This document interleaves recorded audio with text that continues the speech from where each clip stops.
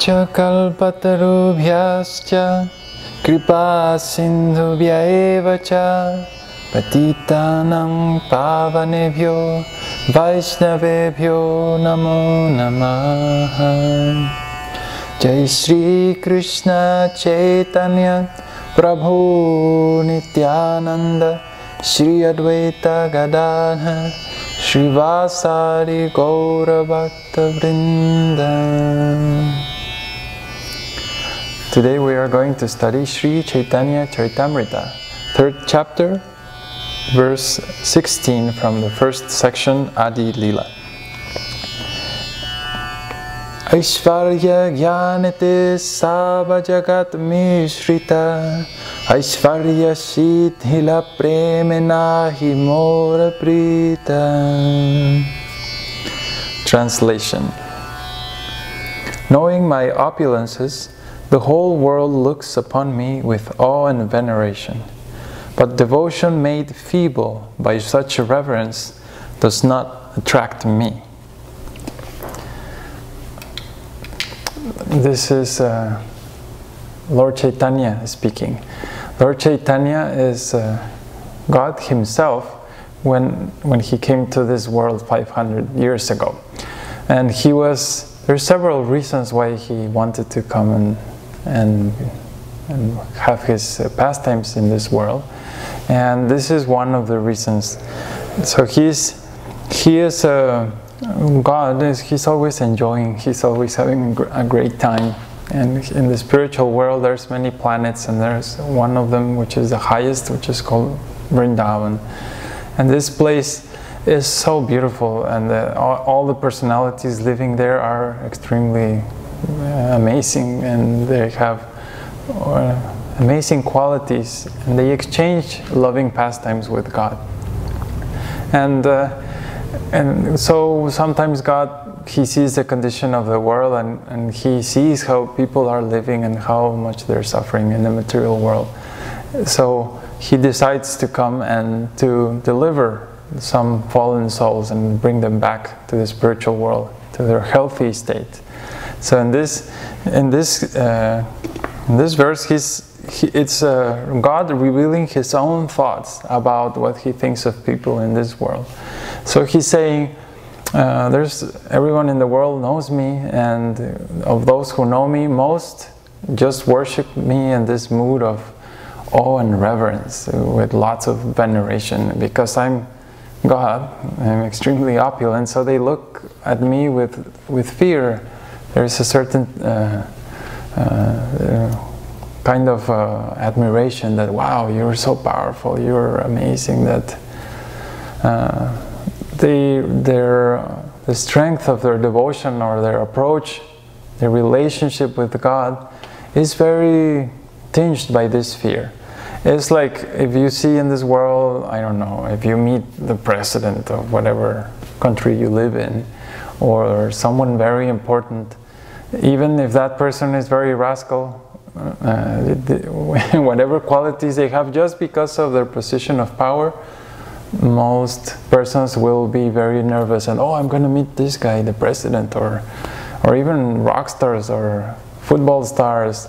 They might be the worst rascals, but just because they're a little famous, then people get all nervous and they're like, oh, I'm going to meet this guy, and he has a lot of money, so they speak differently. Because he has money, then I'm going to get something, because, I don't know, there's always some interest or some fear, and it's always mixed. So imagine God, he is extremely opulent, he owns everything, so whoever knows the opulences, the glories of God, well, he's going to be like, wow, God is this amazing person.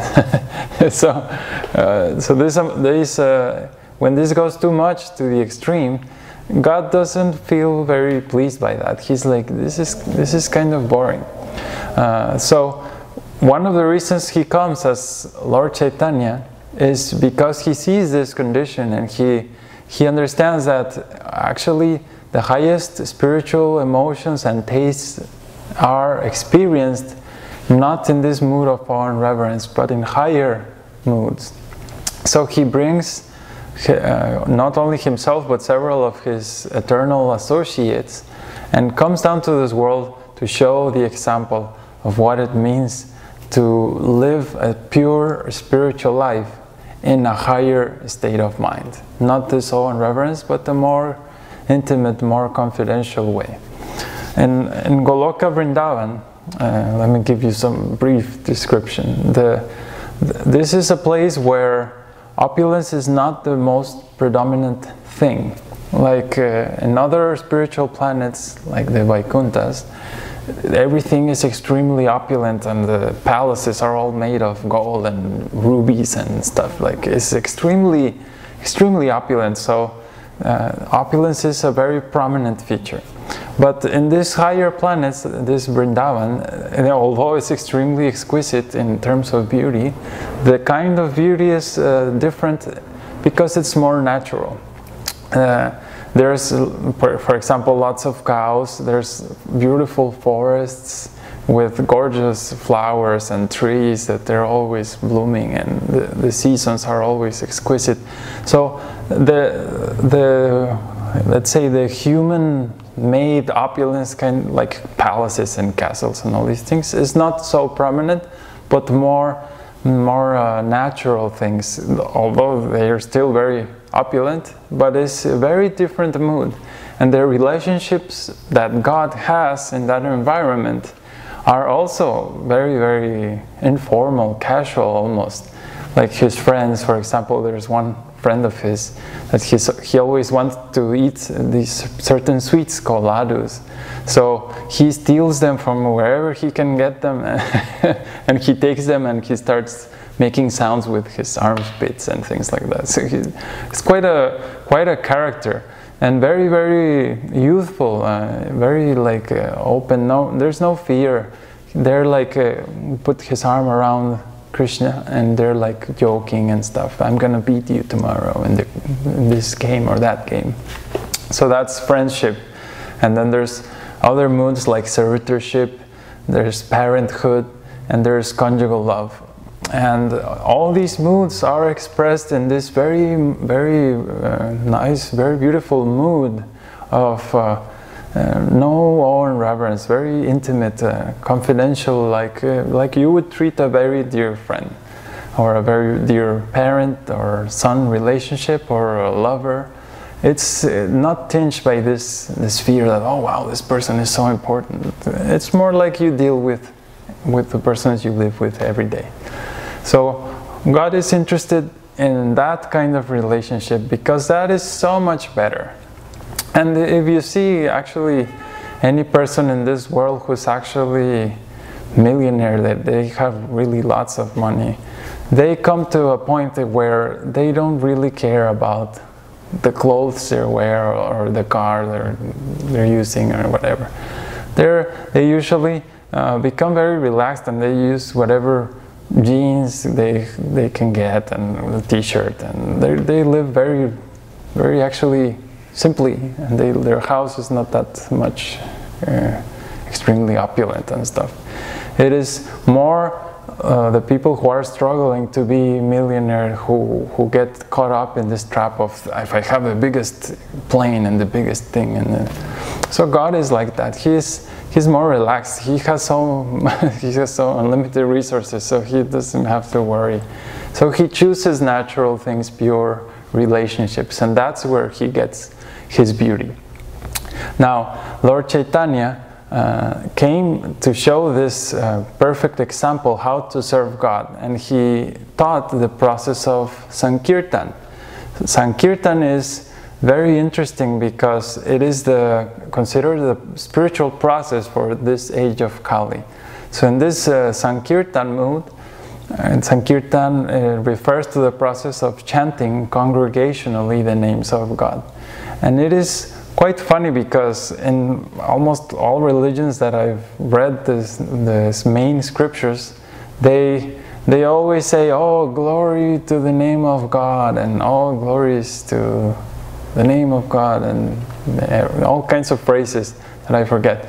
But they all say glories to the name of God, but I never hear them actually singing the name of God. So it's everywhere in all the scriptures that bona fide religions, they all mention this glories to the name of God, but they don't actually do it. So Lord Chaitanya came personally to show how it's done. And this is called the Sankirtan movement, or Sankirtan Yajna, which is sacrifice. And by this process, God Himself comes and personally takes the role of a devotee. This is quite esoteric, but God Himself takes the role of His devotee and starts to show the example to all of us, so how to approach God in a way that's not full of fear and reverence and, oh God, you're so great, I'm fearful, and but more in a mood of a very dear friend, or very close personal relationship, servant, friendship, parenthood, conjugal love. And Lord Chaitanya is considered very merciful because these things are very rarely available in this world. To have a relationship with God in that kind of degree is very rare. And we are extremely fortunate to have even the knowledge. And not only we have the knowledge, but we can achieve that state fully of a pure relationship with God in one of these more intimate states. It just gets better and better as you practice more and more. But it is very important to understand that we have to overcome this fear because God doesn't like it very much. So if you have any questions or comments, please visit our website, thevedikway.org. Thank you. Hare Krishna.